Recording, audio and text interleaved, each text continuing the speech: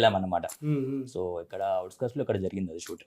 మ్మ్. అక్కడికి వెళ్ళిన తర్వాత చూసారు తన్వీర్, ఓకే నువ్వు ఎస్ఐ రోల్ ఇచ్చేసింది మనోడికి అండ్ మురళికి ఏసీపీ రోల్ ఇచ్చేసిండి అని చెప్పారు అన్నమాట. అప్పుడు నేను షాక్ అసలు లిటరల్లీ, ఏంద్రా తీసుకొచ్చింది నేను వీడికి హీరో కొట్టేశాడు.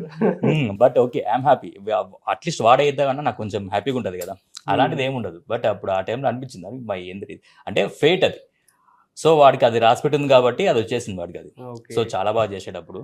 Super then. సో ఇలాంటి ఫ్రెండ్స్ అయితే ఖచ్చితంగా అందరికి ఉండాలి కదా. సో ఫ్రెండ్స్ గురించి ఏం చెప్తారు? ఫ్రెండ్షిప్ అంటే ఏమని చెప్తారు? ఫ్రెండ్షిప్ అంటే ఏముంది, మమ్మల్ని చూస్తే అర్థమైపోతూనే ఉంటుంది ఇక. And you know any love stories in your life Murali? ఉంటాయి, ఉన్నాయి. Share your love story. ఏదో షేర్ చేసుకోవాలనుకోవట్లేదు నేను. ఏ ఇట్స్ బ్రోకెన్ లవ్ స్టోరీ అది. సరే, మరి ఇప్పుడు బ్రేకప్ అయిపోయింది.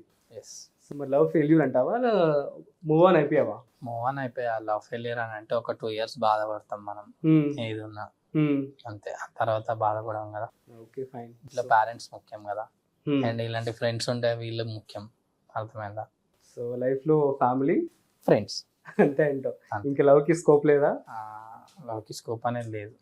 ఓకే. Interest లేదు Actually, love అనేది. వీడు చాలా స్ట్రాంగ్ అనమాట. లవ్ ఫెయిల్యూర్ అయిన తర్వాత ఆటోమేటిక్లీ దాని నుంచి వచ్చేసాడు ఫాస్ట్ గా, అవునా? చాలా ఫాస్ట్ గా వచ్చేసాడు, అంత ఏం లేదు.